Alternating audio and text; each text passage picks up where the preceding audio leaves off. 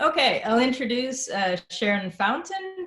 The first question is like, why Sharon Fountain? Why Sharon Fountain? Why Sharon Fountain now? Mostly, it's like you guys who are here in the room. She agreed to participate and help us out with the testing and the experiment of what we're doing. But she's the first person I asked because I think she's infinitely fascinating and we could talk for hours and hours. So I thought, well, that's a good place to start. And so Sharon Fountain is a master trainer. She and my mother used to be partners, and she's been in the business a long time, for 40 years. And you can see how professional I am with all this. She's been in the business a long time because of her love for being in the training service. She says her life purpose is to feel spiritually free to risk, trust, and connect while helping others to do the same.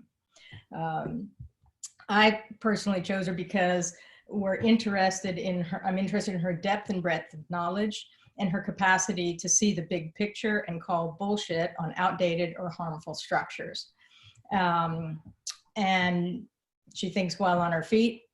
And so this is a great first guest to have. She's very gracious, and Sharon, I thank you for doing this. It's a pleasure. Is there anything you want to add? Anything I left out of importance? No, that's good. That's good. We'll get to it. We'll get to it. So my first question to you is, what can you give us a difference about what's the difference? Like, what is a master trainer, and how is that different from being a master coach? Gosh, there are a lot of differences. So there are a number of fields that are closely aligned, but they wear different hats, and different organizations have rules about what's this and what's not this. And many of the skill sets are the same, but they're applied differently. Mm-hmm. So in training, employee training, there is a specific agenda. There's content that we want to get across. We're hoping people will learn it and be able to apply it. And that requires also that you can think on your feet and draw in your audience. But it's largely trainer driven by way of facilitating and encouraging people to jump in and add their own ideas. Mm-hmm. When you look at what's coaching is a different hat. Coaching is centered in curiosity about what's going on with the client, with the basic belief that the client has their own best answers. And so through mm-hmm. deep and skillful questioning, our job as coaches is to help people come up with their own answers. Mm-hmm. You might also add consulting, and in consulting, it's a little bit of both, where there's some expert knowledge that may be shared with the client, but in coaching, that's frowned upon. In coaching, we want really it to be client-driven and mm-hmm. to pretty much just be asking the questions. Okay. What would you say is your favorite part about training and versus your favorite part about coaching? Okay. What I love about training and coaching is the interaction. Mm-hmm. But in the training, I can be more of a player, because I can play off of people. It's much like our conversations where we laugh and giggle and we go off in other directions, and you give an example and I give an example, and that's great. So there's the flexibility to shift in order to serve what's best for the client in both cases. What I love in both circumstances is when a light bulb goes on for somebody. Right. Yeah, I like that. And when something that I said is something that they're ready to hear and it makes sense to them. Mm-hmm. It's just in coaching, I often do one-on-one coaching. Sometimes mm-hmm. I'll do group coaching, but much of my coaching is one-on-one. I had a man who works for a U.S. federal agency in a coaching meeting last year, and he, excuse me, he was telling me that one of his challenges is as a first line supervisor, setting limits and saying no to people, even though he knows the answer is going to be no. Right, right. And so he would wait 24 hours. And he said he did this at work and he also did this at home, which for the people on the receiving end is going to be very irritating because they probably already guessed he's going to say no, but he won't just say it up front. Yeah, so it just breeds more anxiety. It just breeds more anxiety and potential frustration and things along that line. And through the conversation that we had, I was talking to him about messages that he got growing up. You know, what are the driving messages that told you about what made you a good kid and a bad kid? Mm-hmm. And through that conversation, and we all have those. And some of those follow us into adulthood and get in our way. Mm-hmm. And so through the course of that coaching conversation, he had a light bulb and he says, oh God, my grandmother said to me at least 100 times, no is not in my vocabulary. Yeah. That was an amazing breakthrough for him. He realized he's still being the good boy. He's still pleasing his grandmother. Right. And she may not have said that he shouldn't say no, but when she said that she will not say no because it's not in her vocabulary, he got the implicit message that that's what's the right thing to do and the right way to do it.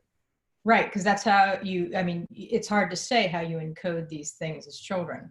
Yes, yes. And you can encode the exact words, but the meaning behind them as a kid, how we encode them could be completely opposite than what the person meant the message to be. Sure. And the way that those messages are typically given is because if we're helping to raise a child, whether it's our child or somebody else's child that we're close to, we give them the rules for living. Mm-hmm. You know, do, don't, shouldn't, etc. Mm-hmm. And because they're young and they don't know how to discriminate, we give them in very narrow messages: always, never, must, can't, have to. Yeah. And because they would go anywhere with anyone and they would put anything in their mouth, and we want to, among the many things that we're trying to help young people do, stay alive. Is to stay alive. And then second is be able to navigate a complex culture. Right. And it starts with the family culture and goes out from there.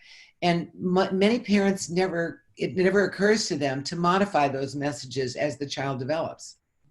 Yeah. Right. For example, one of the messages I got growing up from my mother was a safety message: never speak to strangers ever. which is a great thing to front load for somebody who's going to be a consultant and a trainer. Yes, exactly. Yeah. There was one exception to that. She did give me permission to speak to a policeman. Oh, yes. And there were not many police women when I was growing up. So somewhere along the line, I had to examine that message and to give myself permission to decide who's safe and who's dangerous. Oh gosh, yeah. But a lot of people don't do that. And if you think about so many of the messages that we get growing up, some of them are so deeply embedded that, barring brain damage, that we can be hijacked by them at a moment's notice. And it can show up working against us in any particular role relationship. Let me go back. I want to go back to where we're talking about the training. What I've been dying to ask you, and I saved it so we could do it on film, or on live, is I know that you have just done like your first online training because of the pandemic, and that I don't want to say you're technologically challenged, but from what you've told me, you're just like, yeah, I'm not really into that, or it's not, but it's all new for you. And this is fantastic because you're just doing it and you're kicking butt. And I'm so impressed and I'm so proud of you. And it's, so tell me about what is that like after that many years of training. Of course, it's a really long-winded question. After that many years of training and being face-to-face, what is that like for you to now jump off the cliff and do digital training? Well, let me pray for a minute and tell you, I must confess, during one day at the beginning of the closure and the pandemic, when everybody was being encouraged to stay home, I got notices from 3 different clients asking me to learn and be able to use 3 different platforms. One being Zoom, one being WebEx, and the third one being on demand. And I'm a right brain behavioral scientist. My husband is the left brain rocket scientist. So all this technology stuff is something that I have avoided because I love the connection with the people. Right. And so I thought about retiring. Oh, seriously? Oh, I really did. I thought maybe this is the time to just hang it up and say, chuck it. You know, just chuck this whole thing. And so I thought it, because I was initially overcome with anxiety. Okay. I don't know how to start. But fortunately, there are online trainings you can make. I talked to a number of people, including you, and you gave me some reassurance that this would not kill me. and that I could still connect with some people. And, you know, through it, when I finally decide to do something. So I'm a person who, when people look at me, they see that I carry myself with confidence and personal power. And that's true, except for when it's not.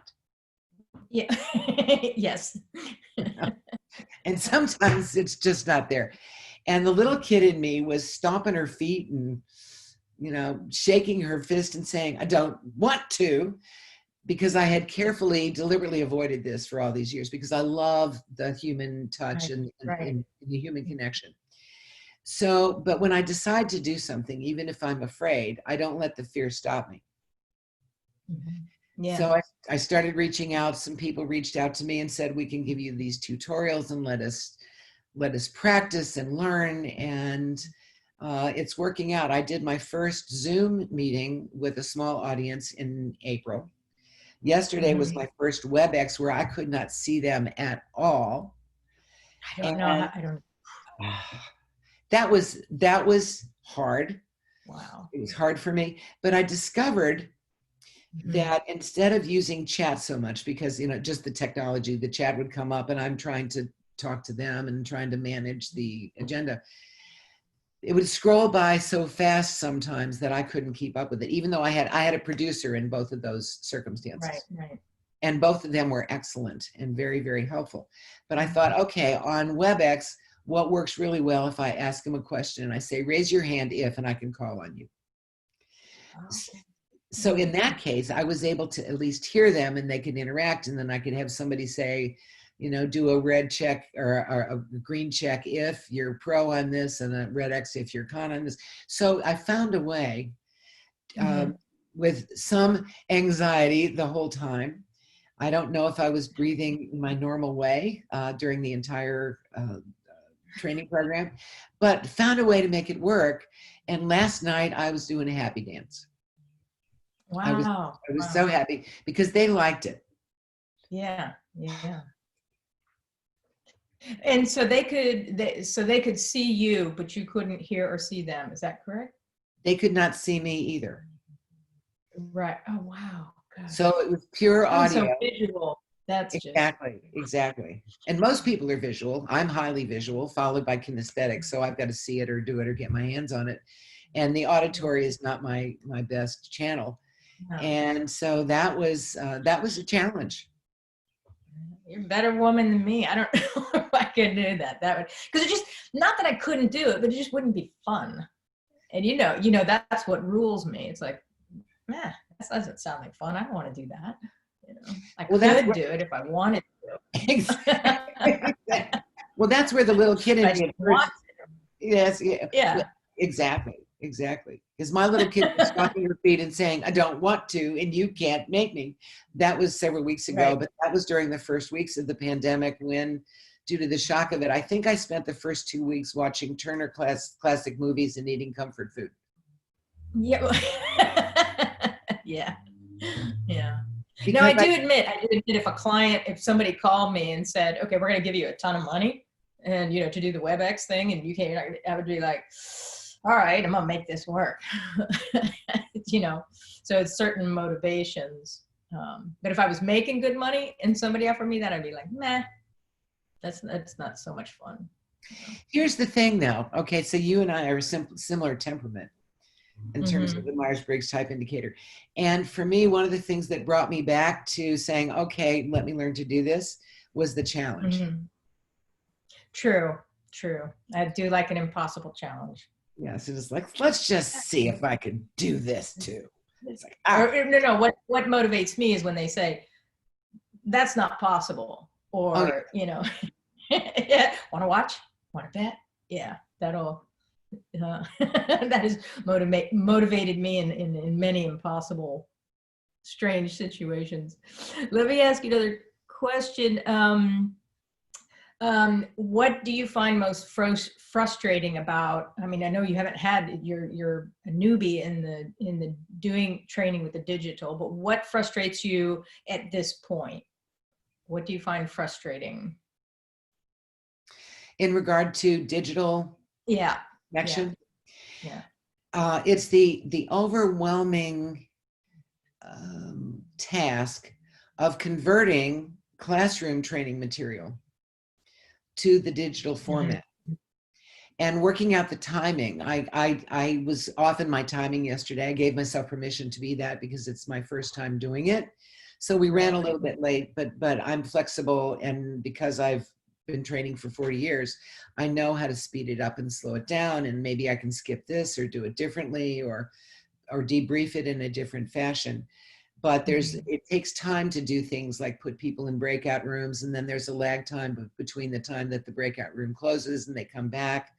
And sometimes people get bumped off, and so they never have the conversation. And thank God in both of these circumstances, I had a producer. In the Zoom training, I could see them, and I also could visit the breakout rooms. In the WebEx that I did yesterday, none of us could see anyone, and I could not visit the breakout rooms, so I didn't know where they were. Okay. Only the producer could visit. And in one case, we had them working in pairs. She never got to all of them before we called it to an end, because I decided we were too late on time. We needed to shift it. So part of it is just learning that, and it's an art form that I have not yet developed nor refined. But that's like stumbling around in the dark. Yes. And trying to it's like I like that the description of what the difference between complicated and complex. And complicated is when you get a motorbike in a box from IKEA and have to put it together. Complex is when you get the same motorbike in the box from IKEA, but you have to put it together in the dark with 3 other people that don't speak the same language. Oh, that would be fun. Yeah, that's what it's but it's the level of complexity to doing something like that. And it seems to me that you really, really have to trust your team. Very much so. And I'm so grateful for both of the people who served as producers. And for the WebEx that was yesterday, the previous day, I had a rehearsal with a few people who had volunteered, just like we have many, many people out there today who are joining us who know each other. And that gave me some good feedback from them about pay attention to this and pay attention to that. And this is the piece that worked and what have you. So that was very, very helpful. And it's like anything else. You just start it and you do it one step at a time. You trust your team. And in my case, I was very fortunate because they really had my back. And how long had you known them? Oh gosh, well, the producer for the first one I met on the telephone because he was going to be my producer. Oh, so basically like right then. Well, it was a few days before when it was. And he doesn't normally serve the producer's role. He was snatched from an international training role to be a producer by this prime contractor. But he knew a lot more than I did, and he was most generous with his time, very, very helpful. And in the case of the woman who was the producer yesterday, I met her last year, and I've worked with her a number of times, both in person and online and on the telephone, and she's spectacular. Okay. So, whew, Yeah. It's like somebody, when you're confident in the people behind you, it's like with Saskia, it's like, I don't have to worry about any of this because yes, Saskia's doing all the heavy lifting. yes, yes. But it gives a level of calmness to it because I'm just not worried, you know. I don't know if that makes Saskia worry more, but No, I'm kind of used to being that person, so no, I'm not freaked out. But if I might just interrupt there, because we have a question leading up to that. You just said like having a producer takes like a hell lot of load off your shoulders.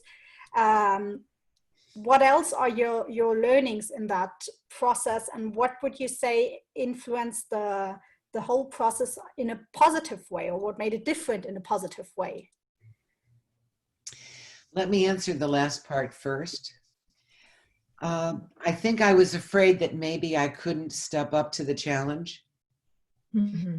It was in part because I didn't want to step up to the challenge. So motivation was a piece of it, and learning that I could do this, and I'm building it's a fragile new foundation, but it's a foundation nevertheless. And I can build on that just like I've built on every other complex task or skill set that I've developed my entire life.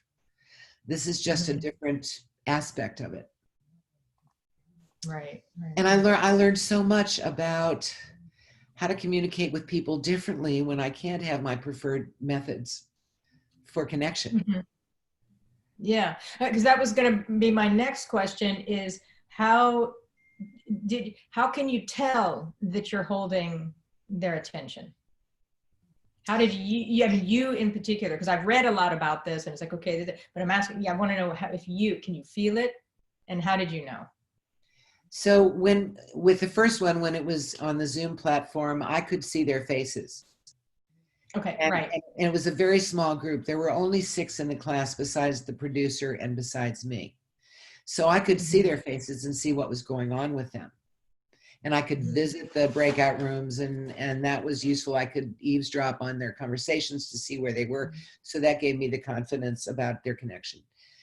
i.e., when they were in the breakout rooms, they were actually doing what we had asked them to do. You know? Instead of saying this sucks or something like that. Yesterday, it was different because I couldn't do that. And I had more anxiety about it because I'm not accustomed to it. And that's why I started raise your hand if and use a green check or a red X if, and then I could call on them. Plus there was the participants, and there were 28 of them. Mm-hmm. Wow, Many of them were making comments in the chat box when they chose not to raise their hand or participate, but in essence they were saying me too. Or good point. One of the things that I asked yesterday's class was a time management and managing multiple priorities class. And there was quite a bit of wit that showed up in the chat box. One of the things that I asked them to do was to tap into their natural wisdom about some of the things that steal our time. We call them time thieves. And one of those topics was bosses or powerful others. And someone in the chat box wrote, bosses are powerful others. Isn't that what we call children these days? You know, that just cracked me up. Right. When I was talking about checking things off of to-do lists and all of that left brain stuff, I did mention that when you do that and you celebrate that, I use the word happy dance. And a couple of people used the word happy dance later on in chat. So that told me that there was a connection. That they were connected. Okay. And I silently wiping my brow and thank you. Thank you. But it's interesting to hear you talk about the, I want to say the onboarding of this kind of a thing, because it's all new and noticing those particular things. Because it's interesting for me watching you learn this stuff. It's pretty cool.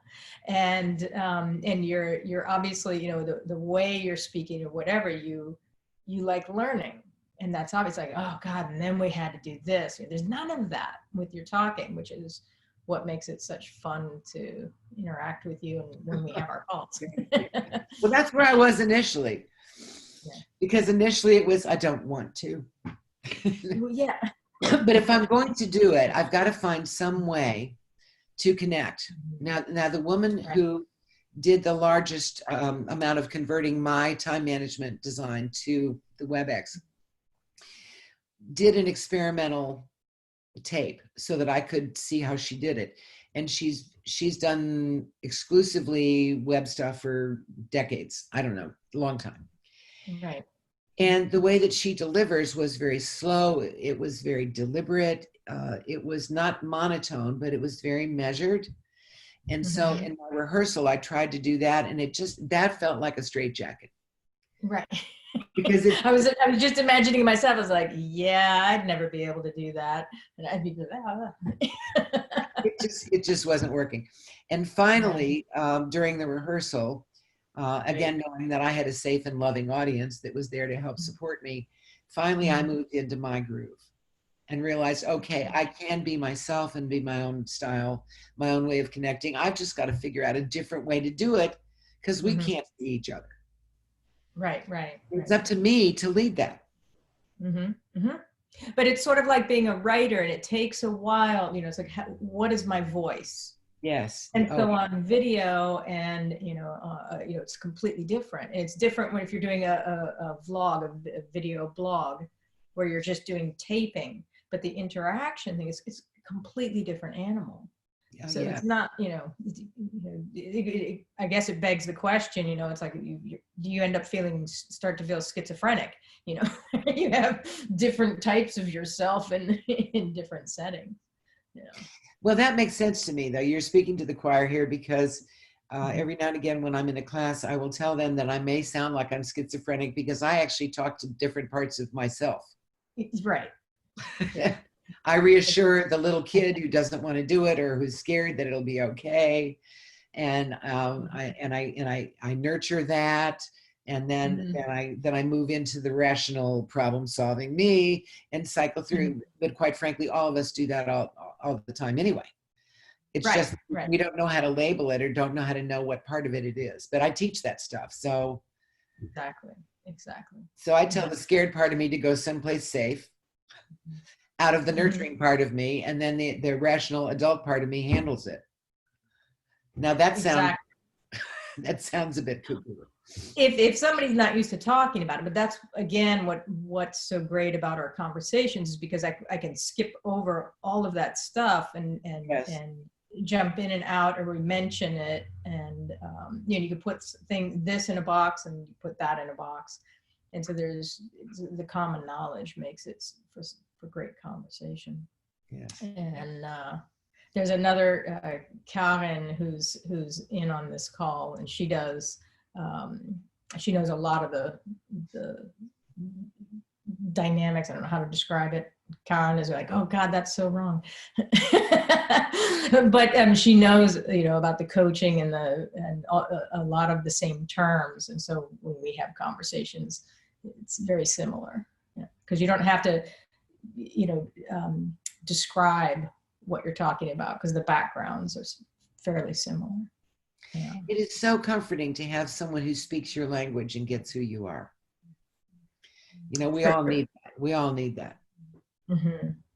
Yeah. Which brings me to what is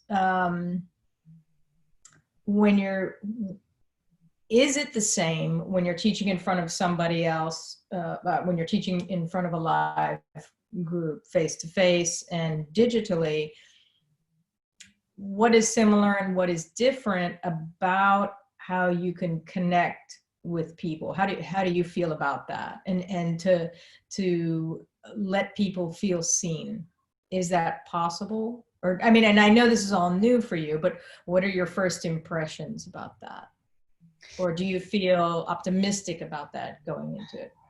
I'm much more optimistic today than I might have been a couple of weeks ago, because I didn't know how it was going to play out. And Mm-hmm. because, again, going back to my life purpose is to feel spiritually free.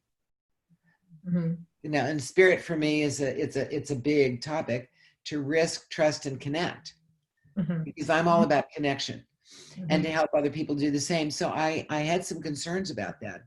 And that's why I'm glad that I shifted from write in chat, where it's scrolling real fast, to raise your hand if you'd like to weigh in on this, and to doing the checks and the X's. And that gave them an opportunity to talk about the upside or the downside of something, or what they liked or didn't like about something. And then we could also hear each other's voices. When I could hear their voices, that, and this again is on the WebEx yesterday, that helped my heart feel happier. Because it was the human piece, not just the digital written word on the check. Right. God, that's really valuable. That's really valuable. And okay, here's another one. You're giving great feedback on these questions, by the way. And so I always like the fact of asking people who are sort of on the outside of a particular I don't know, phase of something, but they're not in the norm, somebody who's an outlier. And so being somebody new coming into the digital world, and the digital training, in your perspective, kind of like what's missing, and what would you say, they need to do this needs to be do you have any idea with that? And I like that, because some people might say, yeah, but I'm just a beginner, I wouldn't know. And it's like, oh, no, those are the people who have the ideas, because aren't already biased about how things are or how things should be. It's it's sort of like it formed in a thing of like, oh, it would be great, or it would make this better.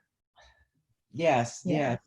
And I'm not sure I'm there yet, but one of the things that I learned in training and consulting, and this was in the master's degree where I met your mom, is you deal with your client where your client is, not where you want them to be or think they should be by now. And so what has been a problem for me in the past, when I was speaking to someone who was much more accomplished and experienced in the digital world, is their assumptions about what the baseline is. Right. And it goes back to when I went back to college as a grown-up, a married woman, shifted my major and started studying business administration, which meant going into a different kind of mathematics than I'd had in my previous college education. And that meant going back to algebra that I hadn't done since high school, and it wasn't my bliss. So my husband is a rocket scientist, as you know. He's actually an electrical engineer, but he works in the space field.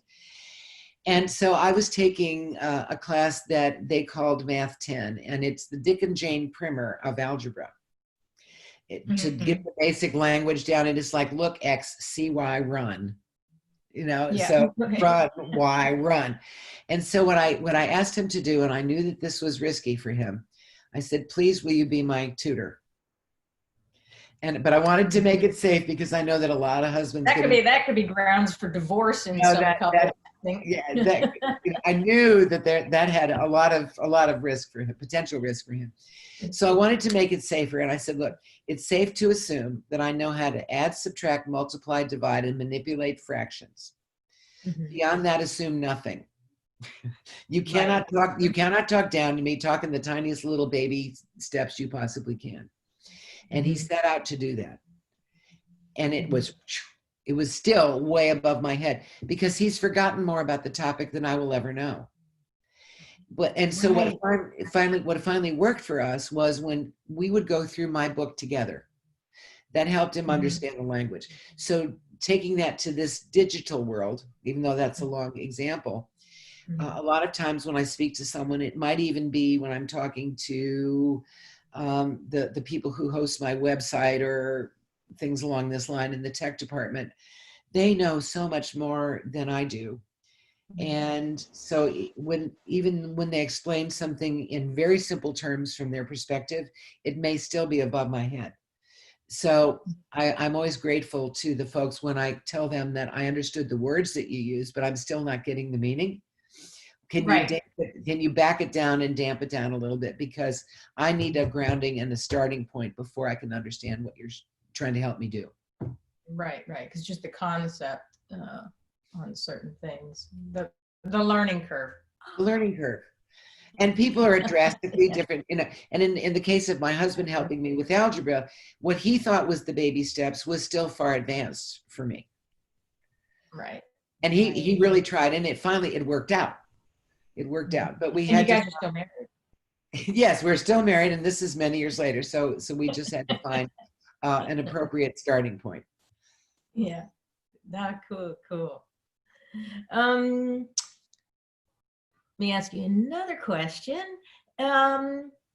What provokes your curiosity and energizes you when you think about the future and the digitization, using, technology and digitization, just ask Saskia, those are very different things. And, but, using technology, is there anything that you are energized and optimistic about the future?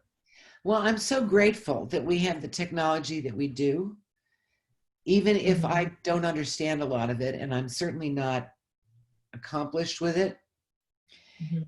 But if we didn't have the technology during this particular point in time, I think about how isolated we would all be. Starting with mass media, radio, television, things along that line. But because we have the internet, because there's so many people who have figured out how to do so many things virtually, we can still carry on in ways that we couldn't otherwise. Right. We can stay connected with family and friends. We're doing Zoom calls every week with friends and on holidays with some family members where we can't hug them, but we can see them. Very grateful to the people who do that. Plus, with my husband's being in the space business, I can see what technology can do. For those of you who don't know Glenn managed the New Horizons spacecraft to Pluto.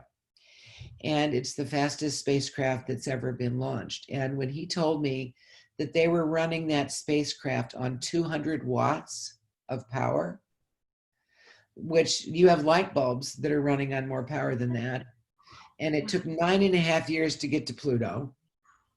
Yeah. So when you think about your math education, your STEM, science, technology, science, technology, engineering, and mathematics, when you think about the STEM education at work, I'm so impressed by the things that those folks can take that algebra that I learned and do this with it. Now I can do magic with the people. Glenn and I tease each other that when we go to a party and we talk about it afterwards, you'd never know we were at the same place. Right. What he sees, but it's all for me. It's all an art. It's an art. Whether it's creative, whether it's with people or something or mathematics or engineering. It's creative. That's yes. And when you think about what's being done in robotics, especially in the biomedical field, in the medical field, it's so impressive. And I think about how that adds to so many people's lives. They can now do things they couldn't otherwise do. So while technology is not my bliss, I'm very grateful to have those people in the world. Definitely. Who figure these things out and put them into practical application. On a scale of say 1 to 10, 1 being, or 1 or 0 being completely analog, and 10 being very digital, where would you see yourself on that scale? Probably closer to 10 now than I was a couple of months ago. I'm not certain where I would have been. Maybe I would have been a 4, because I know how to use some of the functions of my computer, although I've had a computer for decades. I grew up in the secretarial world originally. I used it more as a typewriter and to do documents and training manuals and things along that line. I had to be dragged into learning how to do Express or spreadsheets and things along that line, and to do the calculations online or digitally. So it has moved toward 10. I would say maybe it's a 5 or a 6 now. And I may be overstating that, because I know that even with the first computer I had, I didn't even begin to tap its potential. Right. Oh, I can't. Yeah.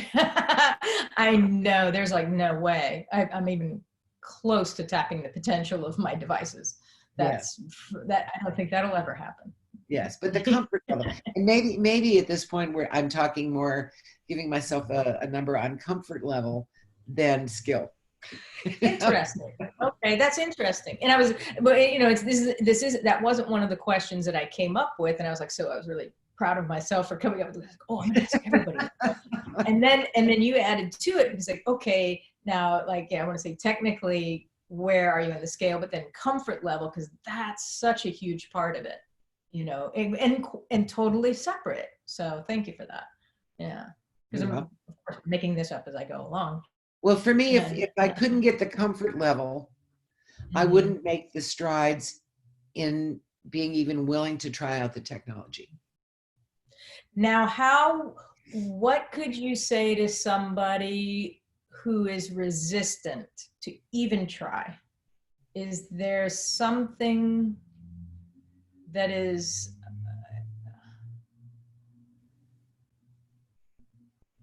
I'm thinking. Well, off the top of my head, I'd say it's not as scary as you make it. And there are probably much bigger challenges they've had to deal with in their life, other than zeros and ones. So part of it is somebody knows how to do this. And I know people like me would rather eat spiders than read the manual that comes with things. But there are things in manuals. There are people who can speak your language and to help shepherd you through this.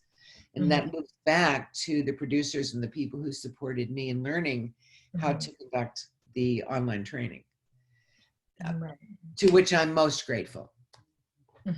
I'm thinking about making cupcakes and sending them to them, or sending flowers or something. At the very least, they will be getting thank you notes from me. Cool. Well, we are like 8 minutes until the hour. And so that went by fast.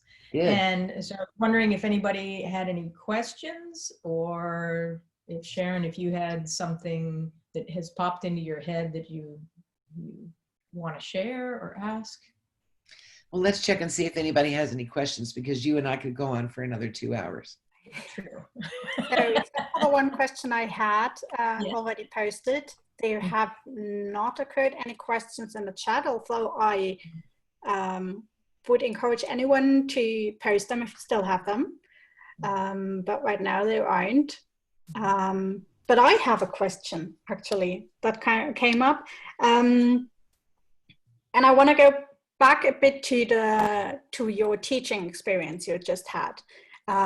Because what I experienced and what I got back from clients I work with is the communication changed in regards to who says what on a call. If you take the meetings they had in their boardrooms until now, and now they have online, they have to manage more who speaks when, how long do people speak, and they experience that they hear from people that would be quite quiet in a boardroom because they're just overshouted by everyone else in the room, right? How do you see that? Have you experienced the same, that you felt like a positive change in how people speak with each other online? It may be different in a meeting, or again, we meet on Saturday nights on Zoom with some of our good friends, and so everybody can talk over everybody because we know each other well. But what I discovered on the WebEx platform yesterday was that, and I suspect this to be the case, but I don't yet know for sure, there was a lot of things that were written in the chat box, just as people reacting or responding to things, even if they weren't raising their hand or volunteering to speak on audio. And that may be the opportunity for introverts to get into the conversation, especially if they're outnumbered by the extroverts. And so while I didn't love the chat box, because it was hard for me to monitor it because there were so many little things coming on, I would ask, people, how many things might there be on your to-do list? And with 28 or 29 people posting that, I'm going like this, looking at that piece of it. And so I realized I may need to ask that question differently, so I'm not having to scroll it, but it gives people an opportunity to stay connected. And that's really what we're wanting to do, is to give people an opportunity in a way that works for them. An old example of this is I was working with another consultant many years ago. We had a group of 4 people in a productivity enhancement group, and it was a collateral duty for them. This was a consulting contract that I worked on for years. And my colleague was running the meeting, and I was doing what we in my field call process observation. So I was looking at how they were interacting to look at how do we make them productive to accomplish their objective. Sitting next to a man whose name is Larry. And Larry is a very, very, very strong introvert. We were 1 hour and 45 minutes into our 2-hour meeting, and Larry had not said one word. But I knew he was engaged because he was sitting next to me and I could feel it. So I did what we call opening the gate. I said, Larry, I've got the impression you've got some thoughts about what we've talked about today. Will you please share them with us? And he looked at me and with neutral face said, no.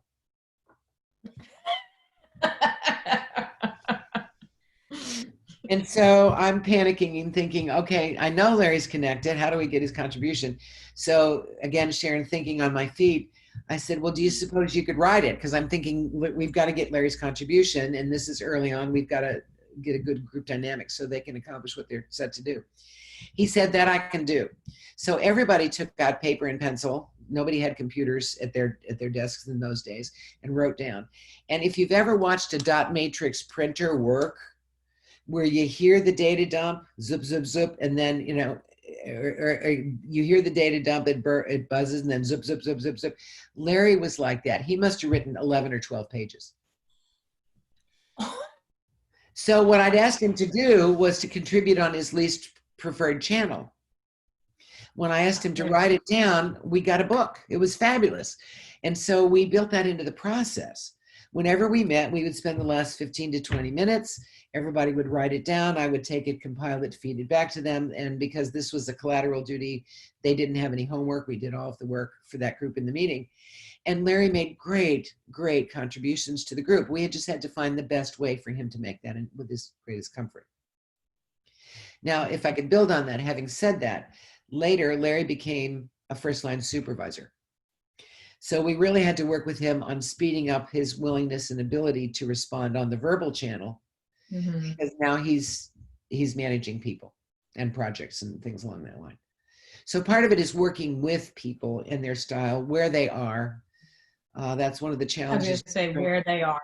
Where they are. Exactly. Well, what I learned in graduate school, and I think I mentioned this earlier, is you must deal with your client where your client is.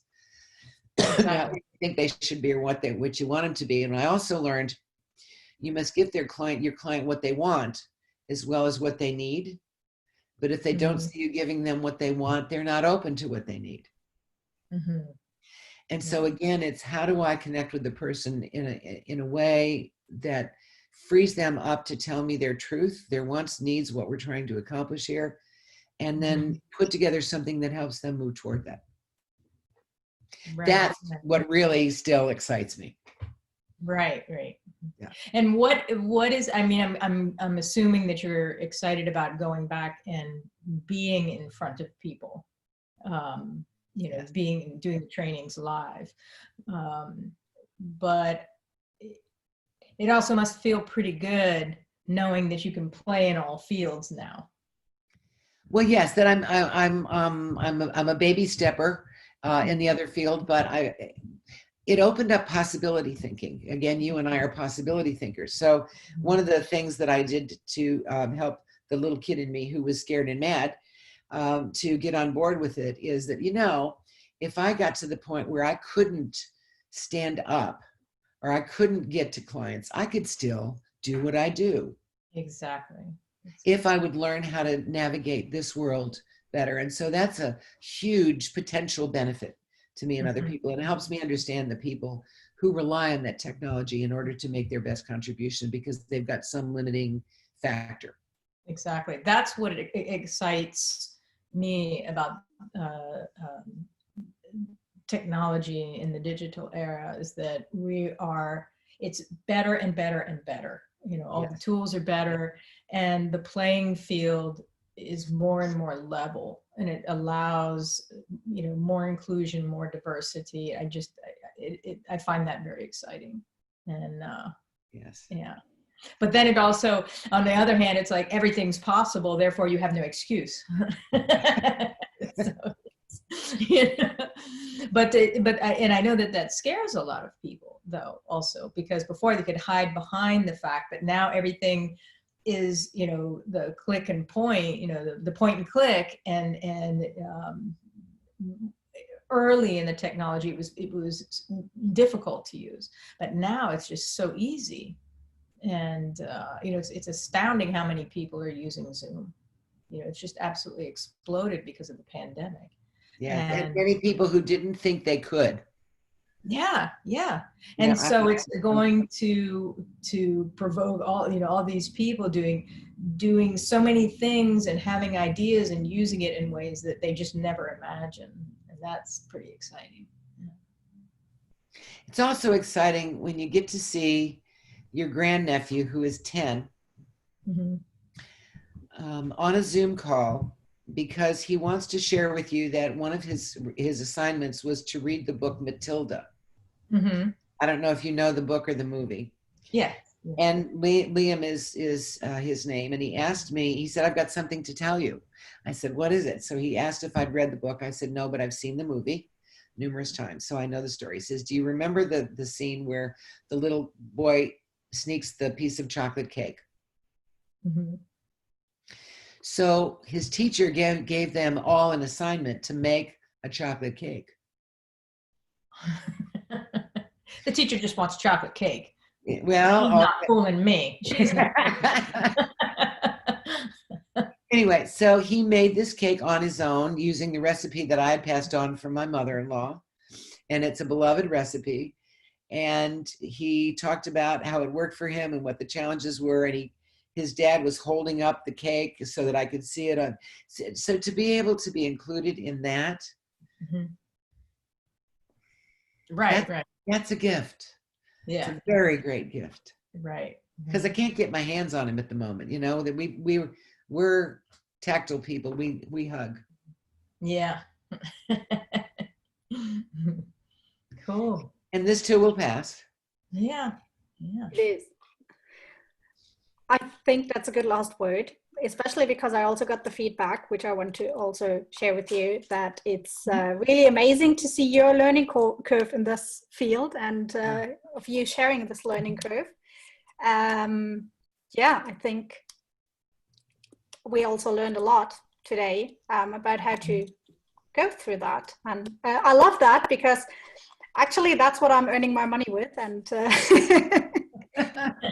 seeing that also